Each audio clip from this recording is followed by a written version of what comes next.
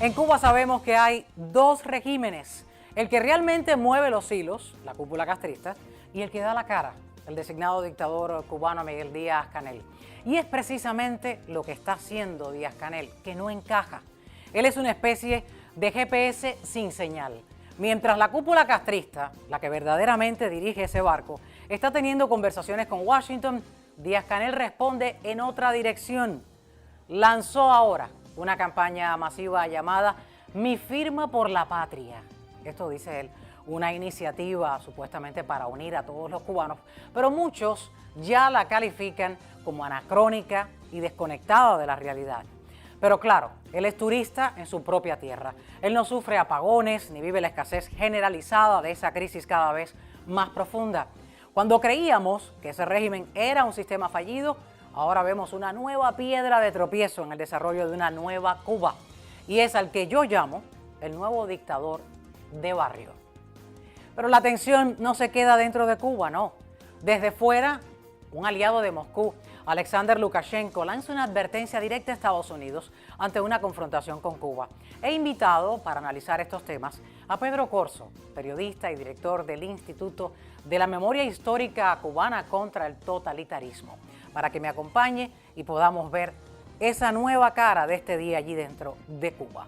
Además, al otro lado del mundo, en el Medio Oriente, el alto al fuego entre Estados Unidos e Irán está a punto de romperse. Washington ya impuso un bloqueo naval, está interceptando petroleros y el tráfico en el estrecho de Hormuz, vía clave para el paso de una buena parte del petróleo mundial, ya siente ese impacto.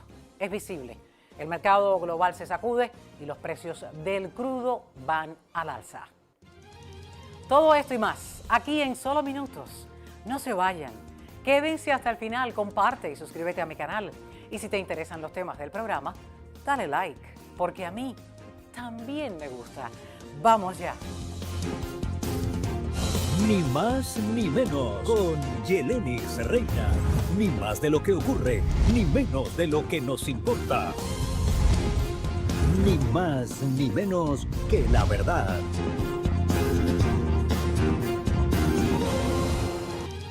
Hola, ¿qué tal? Bienvenidos a Ni más ni menos con Yelenis Reina. Gracias por sintonizarnos a esta hora para poder conocer lo que está pasando en Cuba y en gran parte del mundo.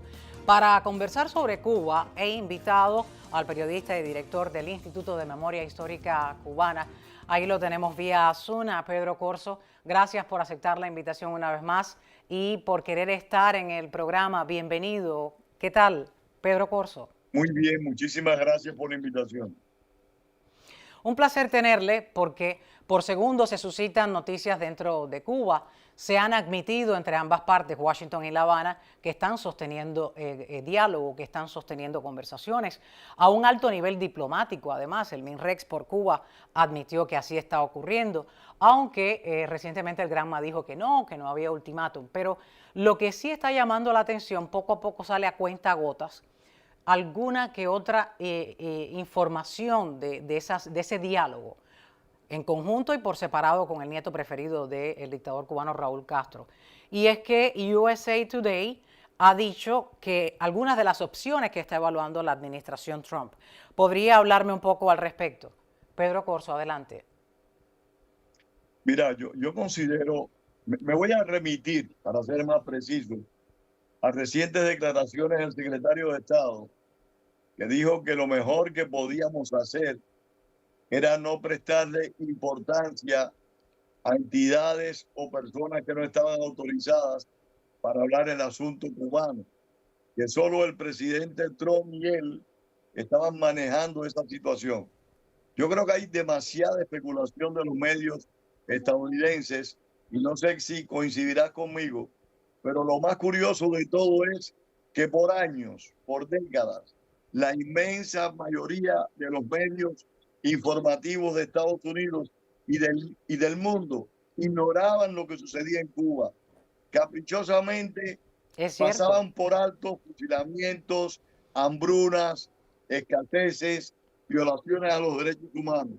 Y ahora tienen a Cuba en el tapete como parte de su programación noticiosa. Yo creo que hay mucho de especulación, mucho de llamar la atención y mucho de manejar la política interna de Estados Unidos en relación a Cuba, que es una circunstancia política muy sensible a este país para su conveniencia. Lo que No menciona sé si el me expliqué diario ahora adecuadamente. recientemente, sí, claro está. Y tiene mucha razón en traer nuevamente esas declaraciones que hizo en su momento muy puntuales el secretario de Estado Marco Rubio, que lo que no saliera de la administración Trump y del propio secretario, pues que no se le hiciera caso. Pero hay una repercusión dentro de este anuncio que ha hecho el diario USA Today sobre las opciones que evalúa Donald Trump, y se las voy a mencionar. Una sería conversar para llegar a un acuerdo económico, que es lo que acaban de hacer. Lo otro sería un ataque militar que ya el Pentágono supuestamente estaría evaluando secretamente. Y algo que sería también aún más triste que una posible no invasión, pero sí algún tipo de operativo quirúrgico dentro de la isla militar. Algo que sí sería peor que eso sería no hacer nada y esperar a que la isla implosione por sí sola. Eso sería aún más catastrófico.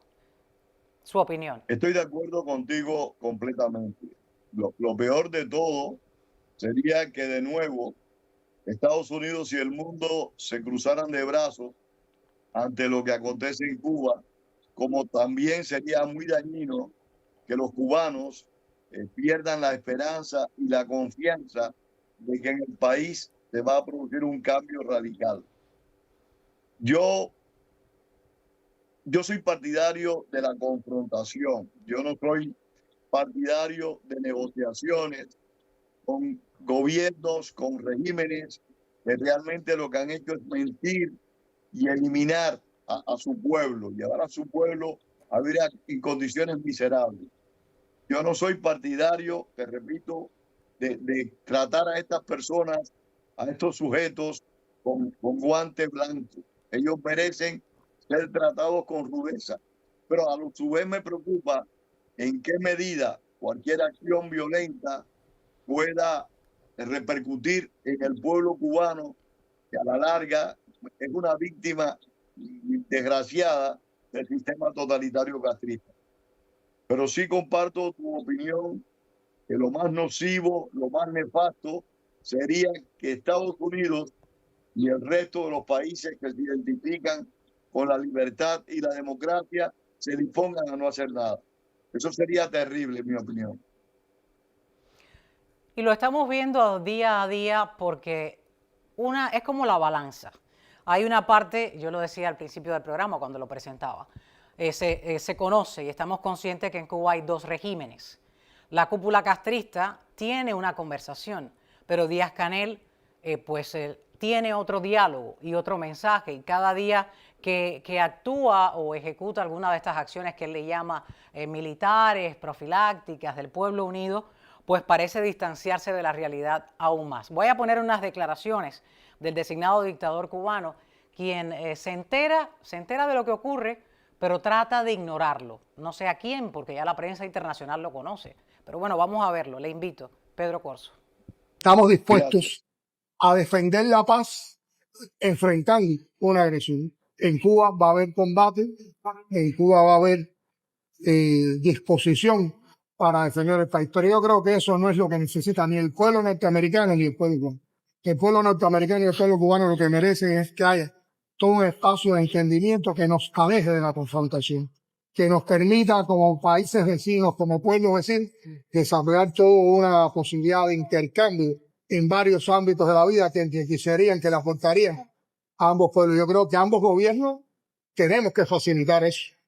Y ambos gobiernos tenemos que ser capaces de encontrar, sin condicionamiento,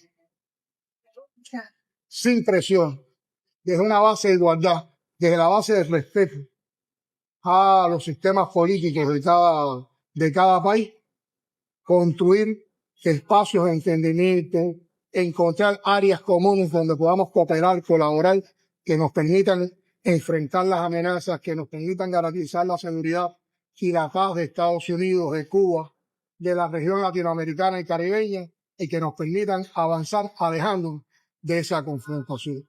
Sobre el principio de reciprocidad, sobre el principio del derecho internacional y sobre la base del respeto y la igualdad. Yo creo que eso es posible. Esta es una de las declaraciones que les hizo a un canal venezolano.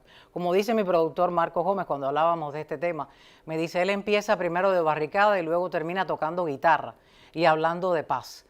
Pero lo que sí se nota es bastante nervioso, mira esta Eso le cámara, mira quería la otra, comentar. y se ve desconcertado y demacrado también. Este sujeto es un digno heredero del criminal de Fidel Castro, que durante décadas han tratado de destruir la paz de los hogares cubanos, latinoamericanos y de Estados Unidos. Han subvertido el orden, han armado a terroristas, han impulsado el tráfico de drogas, han cumplido labores de espionaje en todos los países del hemisferio.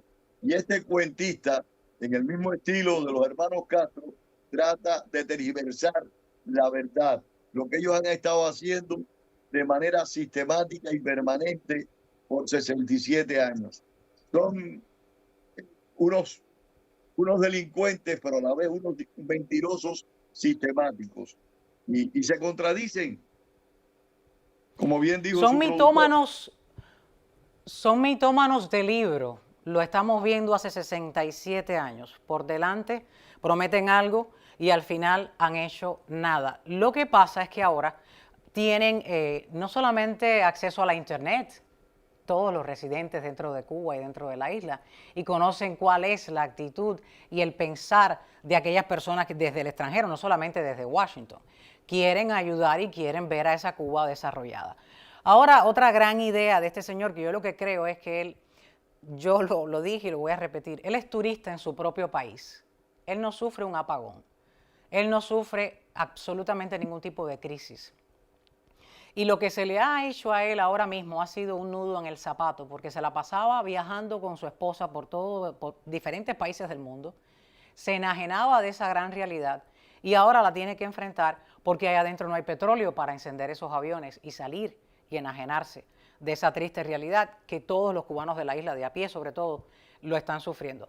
Ahora se le ha ocurrido, parece que sacó del viejo libro del que está en la piedra, allá en Santiago de Cuba, ha cogido algunas agendas viejas del fallecido Fidel Castro y se le ha ocurrido esta recogida de firmas que le ha llamado la orden de firmar por la patria. Está dada en todo el país en una campaña encabezada por solito él. No veo allí a Raúl Castro al lado de él, no veo a ningún el nieto de Raúl Castro y hay una campaña de a ver qué cubano no firma. Por supuesto, es una presión constante, como lo que han hecho, como bien dicen, a través de todos estos largos años. Ellos inventan periódicamente consignas, pero también labores políticas que les beneficien y les sirvan para confundir y manipular a la población. Recuerde cómo respondió Castro al proyecto Varela con aquellas firmas que auspició Osvaldo Payá Sardiña, asesinado por el castrismo junto a uno de sus compañeros. ¿Cómo respondieron ellos? Convocando a unas marchas multitudinarias, dando mítines de repudio, golpeando a los opositores, encarcelando a más personas.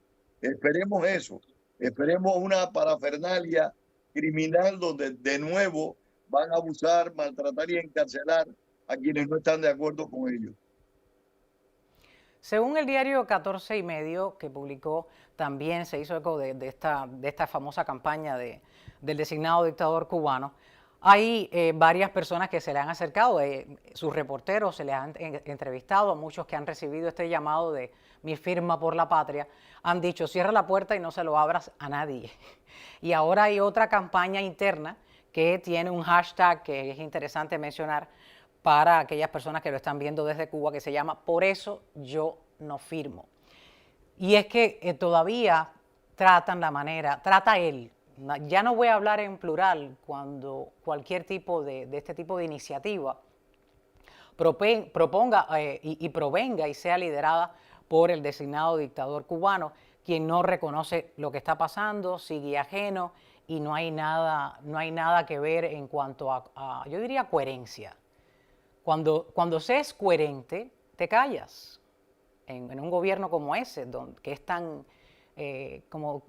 tan inverosímil Al principio de nuestra entrevista hablábamos de si no se le ocurre una cosa, se le ocurre la otra, y teníamos como señalamiento a ese régimen, porque voy a hacer esto, pero hace lo otro. Y eso es lo que está pasando con Díaz-Canel.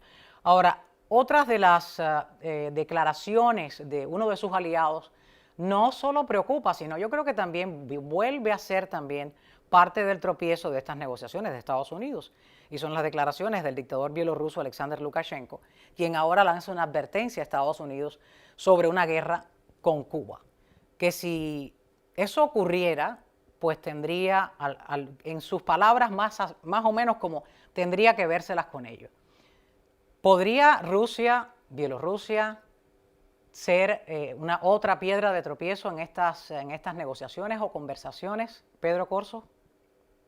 Mire, usted es muy joven, pero en los años 60 a los sujetos como el dictador de Bielorrusia, en América se le decían gorila. Ese señor es un gorila que está a disposición, que es un empleado de Vladimir Putin. Él podrá cacarear todo lo que quiera, pero solo va a hacer lo que Vladimir Putin le ordene. Y esta semana, un alto funcionario del gobierno ruso hizo unas declaraciones en un país asiático, si no me equivoco, en China, donde prácticamente dejaba entrever de que Rusia no iba a hacer nada por la dictadura castrista si Estados Unidos actuaban en contra de ese régimen. Y yo no creo que Lukashenko se disponga a actuar a favor de Díaz-Canel ni de Raúl Castro, perdón, si no tiene la autorización de Vladimir Putin, que son todos pájaros de una misma camada, todos son iguales, entre ellos no hay diferencias. Lo que está señalando, él se extiende un poco más a la amenaza de Estados Unidos. Él está pidiendo además la liberación de Nicolás Maduro. Está proponiéndole que normalice relaciones con países como Venezuela y Cuba. Incluso sugirió la liberación de Maduro, pero no mencionó a Celia. Al parecer no le preocupa en lo absoluto la esposa de Maduro, a Cilia Flores. Son machistas. Estas personas no respetan para nada a las mujeres. Lo mismo las maltratan, que las escarcelan, porque para ellos un ser humano no tiene valor alguno, salvo que les sea útil, salvo que les usen. Ha mencionado un gran punto y es ese. Muy poco se menciona el nombre de Cilia Flores cuando se habla de liberar a Maduro, cuando son los dos los que están presos por una misma causa. Y en medio de todo esto, yo siempre que leo estos datos y estas cifras, yo digo, esta gente dan un paso hacia adelante y 10 hacia atrás. Esa gráfica acaba de decir que ellos están teniendo conversaciones, pero al final pueda que hagan lo mismo que hicieron cuando el deshielo. Prometieron y no cumplieron. Mientras están conversando, las cifras récord de acciones represivas están ahí en pantalla. Pedro Corso, le invito a que las veamos. Contra periodistas independientes, los métodos represivos del régimen cubano. En marzo de este año, recién terminado ese mes, las agresiones físicas alcanzaron unas 185 en cifras, detenciones arbitrarias unas 50, amenazas unas 57. Las fuentes del Instituto Cubano por la Libertad de Expresión y Prensa.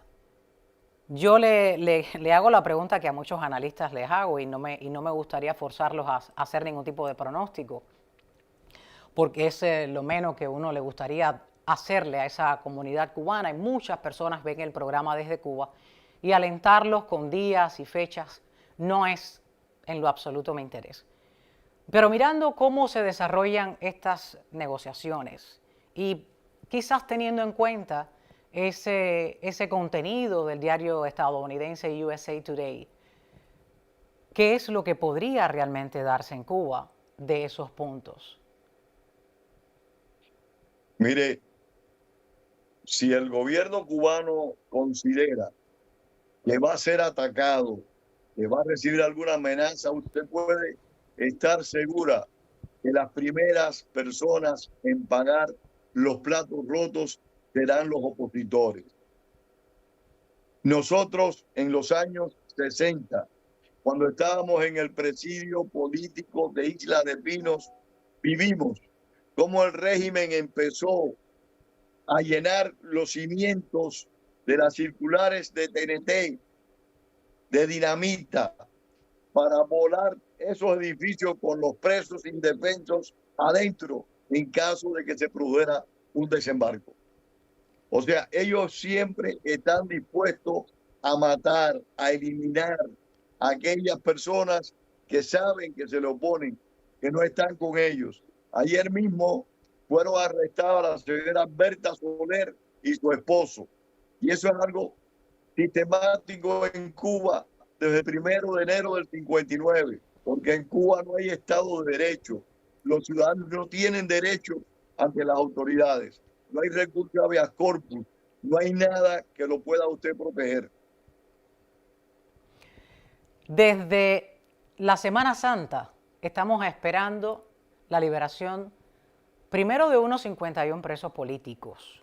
Solo se lograron y se vieron la liberación de una decena o de una docena. Luego se hizo un pedido de un indulto de más de 2.000 presos, entre ellos los más de 1.000 presos políticos que están en las cárceles. Y allí, de ese último pedido, se ha visto menos de una docena. Si a estas alturas no han acatado ese pedido, porque no ha sido una orden, ha sido un pedido en el medio de las conversaciones, pueda que eso ocurra tristemente, porque no se han liberado los nombres que en las conversaciones, no solamente entre Washington y La Habana, sino con el Vaticano de por medio, aún no han hecho esa concesión. Y es lo más triste que pudiera pasar, lo que usted acaba de mencionar, que ellos ya lo hicieron y lo probaron en los años 60, como acaba de decirlo. Quiero traerle unas declaraciones y me va a decir, ¿serían de este año? ¿Serían de qué mes? Porque esta congresista demócrata que recientemente visitó La Habana con otro congresista, hablo de Pramila Jayapal, congresista por Washington, y de Jonathan Jackson por Illinois. Estas declaraciones recientes de ella, de Pramila Jayapal, ponen en contexto una Cuba que yo diría de los años 70, cuando el fallecido dictador cubano Fidel Castro pues emitía en sus discursos la misma línea. Cuba es una potencia médica. Los hospitales y los galenos están listos y preparados para atenderlos a todos de manera gratuita. Esta congresista acaba de regresar, fue a principios de abril de este año a Cuba, y quiero poner las declaraciones de ella para ver su opinión y que me diga también si esto está preparado, si esto es algo que ellos se inventan o de verdad lo creen. Vamos a ver esas declaraciones, le invito. Trabajé en salud global durante 10 años antes de llegar al Congreso, así que es un área que me interesa mucho. Cuba tiene un sistema de salud pública notable, la mortalidad infantil más baja, la mortalidad materna, algo así como lo opuesto a lo que tiene Estados Unidos. Pramila Jayapal, que Cuba tiene la mejor atención médica, lo opuesto a Estados Unidos. Eso fue en abril de este año. Esta señora está muy desinformada, la pobre. Pero no están desinformados porque el gobierno mienta, no porque ellos quieren que les mientan.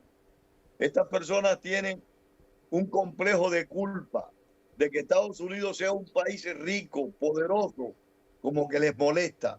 Y entonces quieren asumir todas las culpas y todas las ineficiencias del resto del mundo, unas veces por un sentido muy equivocado de la compasión y otros simple y llanamente por motivaciones ideológicas. No hay peor ciego, colega, que aquel que no quiere ver. Y esta gente no quiere ver. Aquí hay un sector en la clase política estadounidense que siempre ha favorecido al sistema totalitario castrista. Igual que hay un número de creadores, de artistas, de hombres y mujeres con talento que incomprensiblemente han respaldado tanto la dictadura en su momento de Nicolás Maduro y de Hugo Chávez como la de Fidel Castro y Raúl Castro en Cuba. Esto habría que buscarlo, esta información sobre esto habría que buscarlo, disculpe, en el ADN político o en el intelecto de estos sujetos, porque yo no comprendo, yo no entiendo que a estas alturas, cuando en Cuba hace muchos años, pero muchísimos, no hay medicina, la población se queja de la falta de atención médica, al extremo que hoy popularmente se le llama a Cuba la impotencia médica. Son cosas incomprensibles que todavía esta señora diga ese disparate. E inconcebibles. Le voy a traer la historia de una cubana. Está dentro de Cuba, es una opositora política, no la voy a identificar para preservar su identidad. Conversábamos hace unos días de una situación que tiene ella con su nieto de 3 años. Tiene una condición médica bastante seria debido a una complicación que tuvo en el parto la madre del pequeño. Y en el medio de todo esto, el bebé necesita una cirugía en el cerebro por un aneurisma que tiene, entre tantos diagnósticos que pudiera mencionar y ahora no recuerdo. Y yo le hice la pregunta, ¿por qué crees que a tu nieto no le dan la atención que requiere? Por tu condición de opositora política, y me dijo, no, te estaría mintiendo si te dijera que es porque yo soy opositora. No, es que no hay atención médica para ningún niño, Yeleni Reina me dijo, no la hay ni para los ancianos, ni para los jóvenes, no existe. Y si algo más crítico le pudiera agregar a esto fue lo que ella me dijo. El doctor que pudiera operar al niño, porque esa especialidad de esa cirugía, no está ese médico en Cuba. Tiene que venir de España. Y con el problema que hay del petróleo, ese médico no ha viajado en este mes de abril a La Habana para operar a ese u a otros niños que le toque intervenir. Y así más, tuvimos una larga conversación sobre ese tema. Y yo quisiera que estas personas, estos personajes que disfrazan a Cuba con aquella retórica muy vieja, de que Cuba era una potencia médica, vieran estos casos reales que hay dentro de Cuba, que es lo más triste de todo y lo ha dicho. No hay peor ciego que el que no quiera ver. Pedro Corzo, muchísimas gracias. A modo de cierre, algunas palabras que quiera agregar en medio de todo lo que está pasando alrededor de Cuba y Washington. Yo creo que Washington debe hacer lo que deba hacer para que a Cuba llegue la libertad y el respeto a los derechos ciudadanos. Pero también no creo, estoy convencido que los cubanos, tanto dentro de la isla como fuera de la isla, debemos hacer también todo lo que sea necesario para que los derechos humanos, para que el respeto a la dignidad humana vuelva a mi país. Eso es, en primer lugar, obligación de nosotros los cubanos. Si nos ayudan, bienvenido que venga la ayuda. Muchísimas gracias una vez más, Pedro Corzo, periodista y director del Instituto de la Memoria Histórica Cubana contra el Totalitarismo. Mil gracias. Le espero en un próximo espacio. Por estos días se suscitan muchas noticias sobre Cuba. Dígame. Gracias. Cuando usted guste, estamos un gran placer. Un gran placer. Muchísimas gracias. A ustedes no se vayan, ni más ni menos con Yeleni Reina continúa. Les espero con mucha más información. Comparte el link del programa para que otras personas puedan ver esta entrevista. También pueden llamar al número de teléfono que ven en pantalla por si quiere crecer con nuestro programa, su negocio o su marca. No se vayan.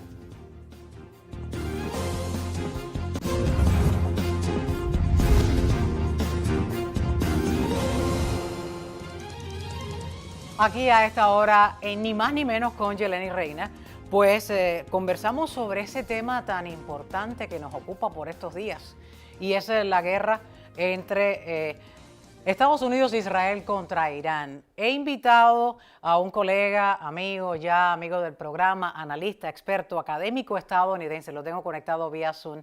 Ahí me acompaña José Lev desde Dakota del Norte. José Lev, académico, como les decía, estadounidense israelí, es miembro de las Fuerzas Especiales del Ejército Israelí y también fellow del Middle East Forum. Muchísimas gracias una vez más, José Lev, por estar en Ni Más Ni Menos. Bienvenido, ¿qué tal? Saludos, Yeleni, ¿qué tal? Qué bueno verte. Bien y no tan bien, porque lo que pensábamos que iba a ser esa famosa guerra corta continúa y ahora nos preocupa ese alto al fuego que pudiera realmente verse muy frágil y todo regresar de vuelta. Háblame un poco de cómo se ven estos días en ese enfrentamiento, como suelo decir yo, tritular, porque son 3 países envueltos en un conflicto.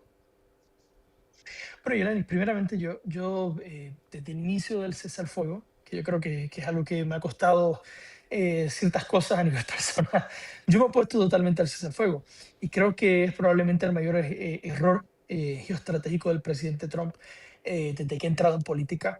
Creo que ha hecho grandes cosas, pero este ha sido un grave error. ¿Por qué?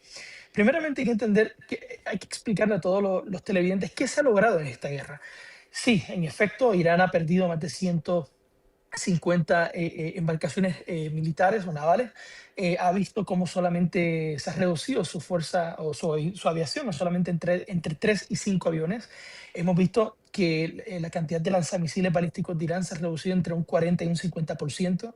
Hemos visto básicamente bueno, algo que pensaban que era imposible, y era que Israel, quien de hecho realizó 2 veces más bombardeos sobre territorio iraní en contra de la infraestructura nuclear iraní, ha logrado reducir la capacidad de producción ¿verdad?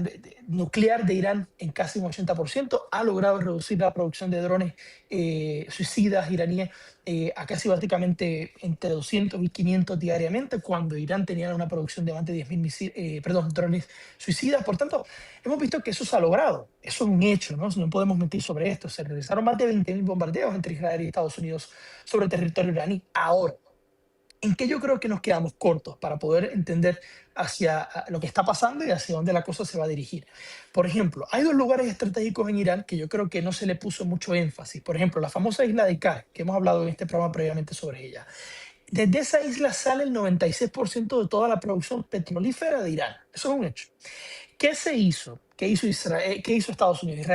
Estados Unidos, perdón, bombardeó ciertos puestos militares dentro de la isla, pero no se bombardeó la infraestructura, ni tampoco se bombardeó los centros de comando de la isla, que esa es la parte importante de todo esto. ¿Por qué esa isla es importante? Bueno, porque si tú cortas ¿verdad? La exportación del petróleo iraní, ¿verdad? Pues evidentemente la economía china va a tener un problema, que es quien consume el 85% de todo el petróleo iraní. Si tú hubieras bombardeado, por ejemplo, o tomado control, ¿verdad?, de la isla, pero también de otro lugar clave, que es el campo del sur de Pars, que es un campo de gas natural, probablemente el 4º más grande del mundo y el cual Irán comparte con Qatar, ¿qué hubiera pasado? Bueno, que Irán hubiera tenido problemas para proveer energía a su propia población. Por tanto, si tú no atacas esos 2 ejes, tienes un problema. Y el tercer frente, que yo creo que era la madre del cordero, y es el siguiente: ¿cómo tú movilizas a la oposición iraní dentro del territorio? Me refiero, por ejemplo, a los kurdos, me refiero, por ejemplo, al pueblo baloch, me refiero a los árabes del suroeste de Irán, me refiero a los azeríes, que incluso la gran mayoría está en contra de este régimen. ¿Y cómo tú lo hubieras movilizado? Bueno, con el plan que tenía el Mossad israelí, que era un plan majestuoso, pero claro, ha faltado, en mi opinión, en esta operación, decir la verdad. Y es que si tú vas a una guerra como esta, en una segunda ocasión contra Irán, a diferencia de la primera, tú tienes que aplicar o llevar a que hayan botas sobre el terreno, ya sean botas locales, ¿verdad?, organizándolas y estructurándolas con un buen programa de logística, o llevando las tuyas. Pero es que si no, no vas a ganar. ¿Por qué? Porque hemos eliminado 85 líderes clave del régimen. ¿Pero qué ha pasado? Que ahora hemos visto que la Guardia Revolucionaria de Irán, en el sector duro del Estado, ¿verdad?, porque se quiere vender ahora la imagen de que el supuesto presidente del Parlamento es quien tiene la influencia, y ese es el nuevo régimen del que Trump siempre habla, que ha llegado al poder, pero quien realmente controla el país actualmente en cualquier decisión, y por eso es que han dicho hoy que no van a negociar más nada, y hoy, ¿verdad?, hoy martes han dicho claramente que no van a negociar más nada. Pues básicamente nos Estaban encontramos en un mencionando escenario que a es este complicado. jefe del Parlamento que tenemos ahí en pantalla, a Mohamed Bakr Kalibaf. Sí.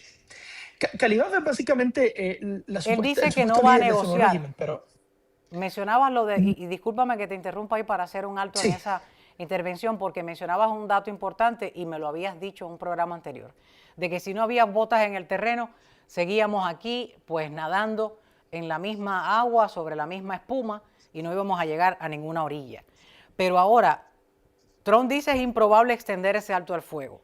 Con esa posición, si no hay un acuerdo. A todo esto, el Bakr Kalibaf ha dicho no va a negociar bajo presión. ¿Qué va a pasar entonces? Mira, para poder contestar esa pregunta con mucho detalle, pero con mucha claridad, te voy a dar un ejemplo muy sencillo, Yelenis. Galibaf era, no solamente fue miembro de la Guardia Revolucionaria iraní, no solamente fue parte del sector represivo de la Guardia Revolucionaria iraní, sino que este señor literalmente, era piloto, es piloto de entrenamiento. Este señor fue quien sacó a uno de los principales líderes de Al Qaeda, de un país que aún no se sabe todavía muy bien porque es secreto según muchas fuentes, pero no se quiere dar los detalles, de o Afganistán o Pakistán. Me refiero al Zawahiri, que era el sucesor de Osama Bin Laden dentro de la organización Al Qaeda. Y este señor se lo llevó a Irán y lo protegió en Irán. Por eso muchas personas decían, pero ¿qué hacen miembros o líderes de una organización terrorista chiita, perdón, sunita como Al Qaeda en Irán? Bueno, pues este tipo de señores son los que se han aliado con todo el mundo para hacer el mal. ¿Por qué? Porque es uno de los principales ideólogos de la estrategia de la desaparición de Israel dentro del marco del eje del mar. Así pues, doy este pequeño detalle para que sepan el nivel de este señor. Ahora, ¿hacia dónde nos dirigimos? Mira, yo tengo claro en que si Estados Unidos que tristemente quien realmente está suplicando, porque llevamos ya 14 extensiones de un supuesto cese al fuego que ha sido totalmente unilateral.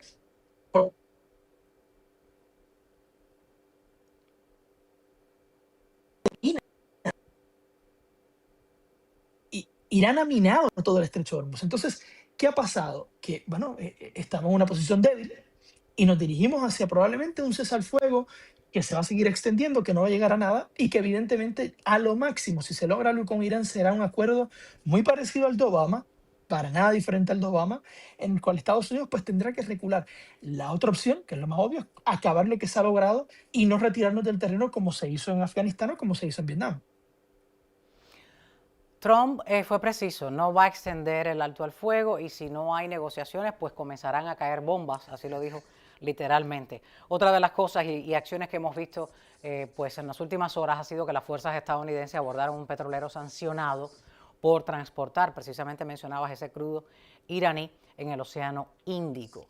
Y el Pentágono informó que sus fuerzas lo interceptaron.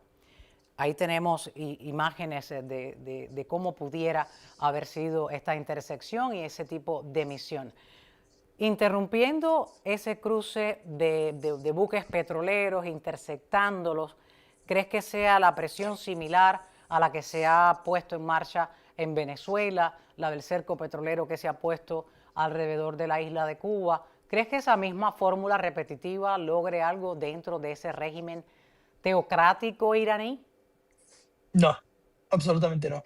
Porque el régimen ha demostrado algo que a mí me causa mucha pena y es que ellos han logrado vender, no solamente en Irán, pero también a nivel internacional y tristemente en Occidente, la guerra como una guerra de consolidación ideológica, una guerra de consolidación geopolítica, una guerra de consolidación militar, una guerra religiosa, o sea, en la cual ellos le han dicho a la población, y si miras los vídeos de la televisión estatal iraní, son todos, mira, hemos sobrevivido a Satán, al Satán israelí, al Satán estadounidense, estamos aquí más fuerte que nunca. Y claro, cuando tú logras vender una narrativa, no importa de qué índole, sea para hacer el bien o para hacer el mal, tú tienes o vas a desarrollar un apoyo entre aquellos que dudan.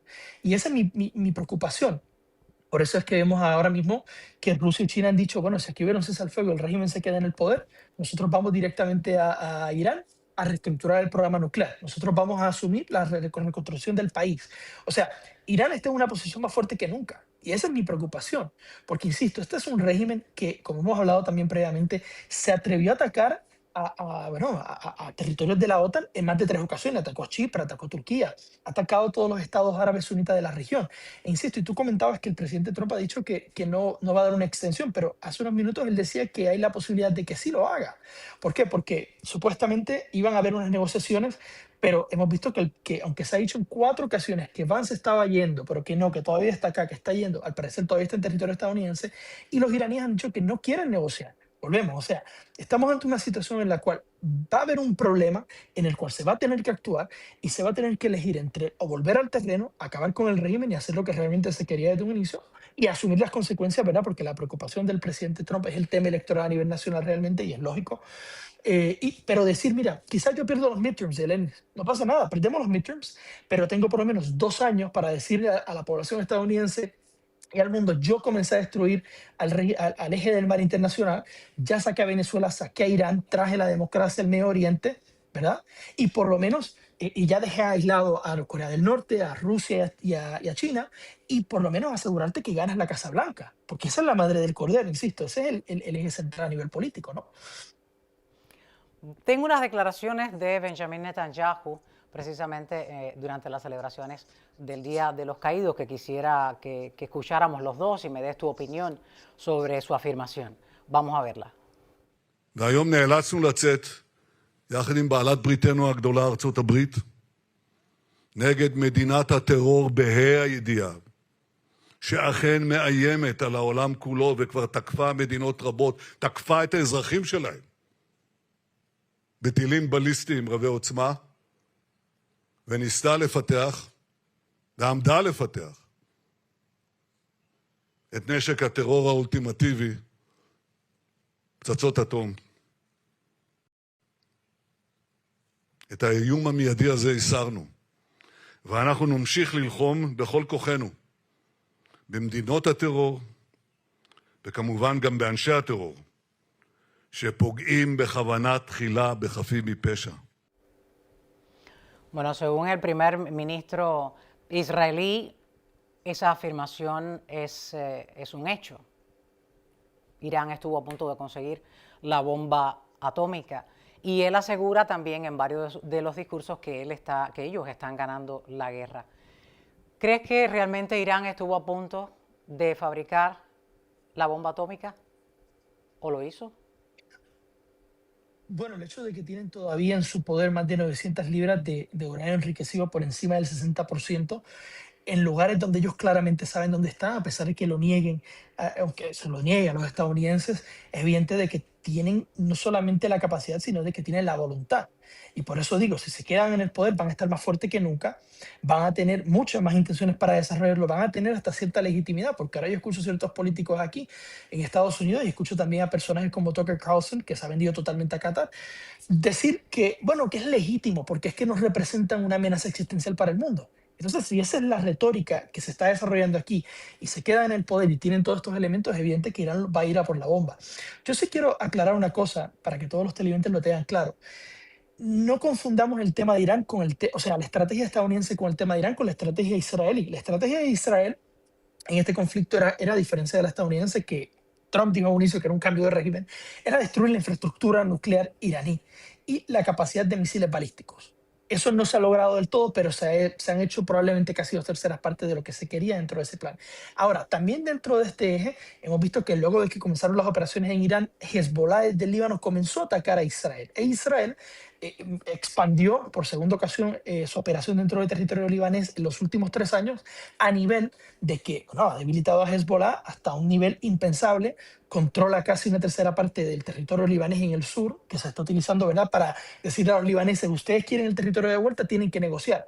Y esto ha sido un éxito, porque hemos visto que las negociaciones con el Líbano ya también han comenzado en rumbo o en camino a qué? A entablar un acuerdo de paz permanente con el Líbano, que esto es algo positivo. También vemos que los sirios tienen ahora interés de negociar un acuerdo de paz con Israel de manera, ¿verdad?, indirecta, pero lo han dicho. Por tanto, la operación o la actividad de Israel en esta operación con Irán es no solamente debilitar el régimen iraní, pero sino consolidar su presencia y su existencia en la región a través de acuerdos de paz en el norte, también con el resto de países del Golfo, los cuales evidentemente en un escenario post-Irán, si el régimen se queda en el poder, van a acercarse muchísimo más a Israel porque van a necesitar el equipo militar Israel y los sistemas de defensa israelíes.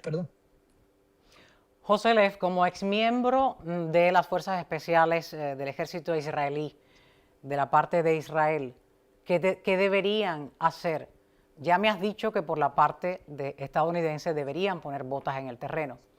¿Qué falta para que se concreten y se cumplan todas esas promesas que se han hecho en unas negociaciones que comenzaron antes de la guerra? Antes de la guerra, entraron a la guerra conversando supuestamente. Bueno, por el lado israelí, es claro, Israel yo creo que ha tenido su agenda bastante desarrollada. Ahora, yo creo que ante el escenario actual, vamos por lo menos a lo mínimo y no adelantarnos al futuro, porque la verdad es que todo puede cambiar, pero en el presente, Israel tiene que tomar ventaja e intentar hacer un acuerdo de paz con el Líbano, a pesar de que Hezbollah no quiera. Me refiero con el gobierno libanés o con la entidad terrorista. Si Hezbollah continúa sus operaciones, debe de coordinarse con el ejército iraní libanés para intentar neutralizar a Hezbollah hasta que apelen a la realidad de que es que se tienen que desmilitarizar, al igual que Hamas en Gaza, que tampoco está en esa línea de voluntad. Creo que Israel debe de negociar también con Siria y creo que debe de mantenerse atento a lo que pueda pasar con Irán con respecto a la decisión del presidente Trump. Y creo que debemos de comenzar por primera vez a considerar enviar efectivos sobre el terreno en Irán. Creo que si Estados Unidos lo hace, Israel también tiene que hacerlo. Yo creo que la política esta de hacemos operaciones aquí y allá y nunca enviamos tropas sobre el terreno sería un error para Israel. Y crearía un hueco más profundo hacia la imagen de Israel en Estados Unidos, que cada día se ve más erosionada, y es un hecho. Por el lado estadounidense, yo creo que la única manera de resolver esto y de acabar con la amenaza de Irán, no solo para Israel ni para el Medio Oriente, pero también para el mundo, es acabar con el régimen, que haya un cambio de régimen directo. No necesariamente el príncipe heredero tiene que ser quien lo lidere, pero que básicamente se acabe con el régimen de terrenos. Tomaría probablemente 6-7 meses una operación como esta, Yelenis.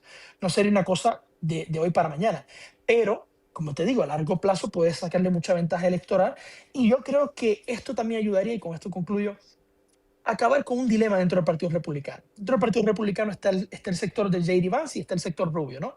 Y yo creo que el sector Rubio, en mi opinión, es el bien, es el sector que quiere traer las cosas a donde tienen que ir, con Cuba, con Venezuela y con Al todo, orden. ¿verdad?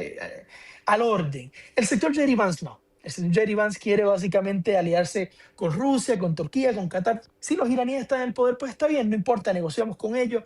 Y ese sector a mí me causa terror, de verdad. Y lo digo muy, muy, muy en serio, porque es un sector que tiene una agenda que es básicamente, como decían de la dictadura de Franco en España es un socialismo con agua bendita, ¿no?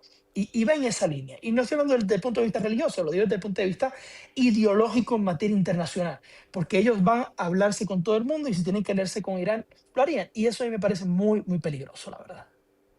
Sí, es la condescendencia en exceso que puede traer grandes peligros a largo plazo. Quiero preguntarte, ¿quiénes Totalmente. serían esas botas en el terreno por parte de Estados Unidos?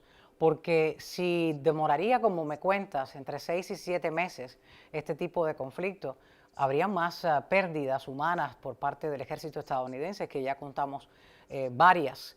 Y luego tocaría el tema que está ahí, no solamente la parte del conflicto armado y desarmar a Irán de este tipo de armamento nuclear, sino el estrecho de Hormuz, el cuello de botella que encierra gran parte del petróleo del mundo. Estamos viendo un alza en el crudo en nuestros bolsillos, lo está viendo ya, se está viendo a nivel global. Esto es algo que también se debiera tener en cuenta en medio del conflicto. ¿Quiénes podrían ser esas botas para poder tomar acción y que finalmente ese régimen pues se extermine? ¿O quiénes pudieran ser? Cuéntame, José Lev. Pero, bueno, Yelenis, te voy a dar una estrategia bastante creativa en un sentido. Primero, Estados Unidos tiene que comenzar a sacar sus tropas de Europa, particularmente de países como España, que hemos visto que incluso, y lo publiqué en un artículo recientemente, España ha estado vendiendo equipo militar a Irán, ¿vale? Y allí tenemos efectivos estadounidenses sobre el terreno. Así que saca tus tropas de todos los países que no te apoyan. Eso hazlo de una manera estratégica. Muévelos, por ejemplo, a Europa del Este, que los países de Europa del Este sí que tienen ese deseo. Eso como estrategia principal. Comienzas a alejar a tus enemigos para que puedas acercarte a tus amigos y puedas organizarte. Número dos, es vital que Israel comience a organizarse con los estadounidenses para hacer primero una actividad de logística y ayudar a los grupos que están sobre el terreno, como los kurdos y el pueblo Baloch. Tienes que comenzar por ahí. Y número tres, tienen que comenzar los estadounidenses con los israelíes a hacer operaciones particulares de sabotaje en ciertas zonas del país. Zonas clave, particularmente en Teherán, la ciudad de Qom, el norte del país, el suroeste del país, para que tú puedas comenzar a crear esa inestabilidad interna y que los grupos internos puedan comenzar a movilizarse. Y cuando la cosa esté ya bastante cocinada, pues entonces enviar tropas sobre el terreno, particularmente o específicamente todas las unidades especiales que tú tengas dentro de una entidad. Yo creo que Israel, creo no, lo sé, porque esto está publicado, Israel ya ha llevado varias operaciones sobre el terreno con sus fuerzas especiales. De hecho, el famoso piloto estadounidense que cayó dentro del territorio iraní, los israelíes ayudaron en gran parte en la operación de extracción de este piloto. Por tanto, yo creo que si tenemos la capacidad, si tenemos un espacio aéreo iraní totalmente abierto entre el terreno y el aire, puede básicamente tumbar al régimen de 6 a 7 meses. Esto va a expandir la mayor crisis energética que hemos tenido en la historia, sin duda alguna. Pero hay que comenzar a tener acción sobre el terreno para poder entonces controlar el Estrecho de Hormuz de manera permanente y evitar que Irán siga secuestrando el Estrecho de Hormuz de manera nefasta e ilegal. Agradezco tu opinión, tus palabras como realmente exmiembro de las Fuerzas Especiales del Ejército Israelí y agradezco el análisis porque en otros programas que has estado también aquí, ni más ni menos con Yeleni Reina, ha sido muy puntual con el asunto del acercamiento de la OTAN con las acciones del presidente Donald Trump, que no han sido las más esperadas y que en próximos años habría que ver si un próximo presidente estadounidense pues acataría ser parte de o apoyar dicho grupo, que es lo que no se está viendo, para lo que fue fundado realmente no se está viendo ese apoyo. José Lev, académico estadounidense israelí, exmiembro de las Fuerzas Especiales del Ejército Israelí y fellow del Middle East Forum. Gracias una vez más por estar en el programa. Gracias por todo siempre, Yeleni. Me alegro mucho verte, cuídate mucho. ¿Cuánto tiempo habrá que esperar para que regreses y me digas se acabó de verdad esta guerra? Tenemos que ver los acontecimientos de esta semana sin duda alguna y cuando lo desees estoy ahí disponible siempre. Un placer, te tendré en cuenta. Ustedes no se vayan, ya regreso con un poquitico más de información. ¿Cuál? Esa que ustedes me dejan en sus comentarios en un anterior programa. Sus saludos, sus opiniones, los corazoncitos, esos emojis. Allá vamos, les espero.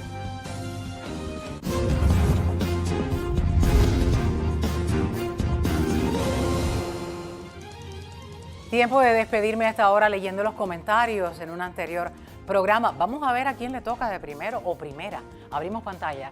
Pues es a él, a Jonathan Alegre Fernández. Jonathan escribió, qué grande, Yane, mi verdad. Gracias, Jonathan, por ver el programa y comentar. Ahí te vamos a dar tu corazoncito. Gloria María Rosales Comas escribió, gracias, Yeleni, con un corazoncito también que te vamos a devolver. Gracias también. Daisy comentó, esa finca queda en Arango, municipio Guanabacoa. Gracias, Daisy, por traer la información adecuada del lugar donde se encontraba esa finca del mensajero del nieto preferido del dictador cubano Raúl Castro, el Cangrejo. Gloria volvió a escribir, estuvo muy bonita y emotiva esta entrevista con Alejandro Ríos. Gracias, Gloria, por seguir comentando. Lázaro Díaz, hermosa, Dios te bendiga, gracias por la información, un abrazo y un corazoncito. Ahí tienes otro corazoncito, Lázaro, gracias por ver el programa, por comentar, por suscribirte, si lo has hecho, gracias igual. ML Florida escribió glamping, le llaman en el USA, camping. Corrigió luego, camping con glamour, literal, tienes toda la razón. Eden Llanes, gracias. Marilyn Alfonso, gracias. A todos los que vieron este programa y todos los programas de Ni Más Ni Menos con Yeleni Reina, mil gracias por verlo, por compartir el link, por suscribirse a mi canal. No olviden que hay un link en cada descripción de cada programa, en este mismo lo va a encontrar, donde dice suscribirse aquí. Y con un solo clic ya es parte de nuestra comunidad de Ni Más Ni Menos con Yeleni Reina. Ni más de lo que ocurre, ni menos de lo que nos importa. Les espero en un próximo espacio. Hasta la próxima.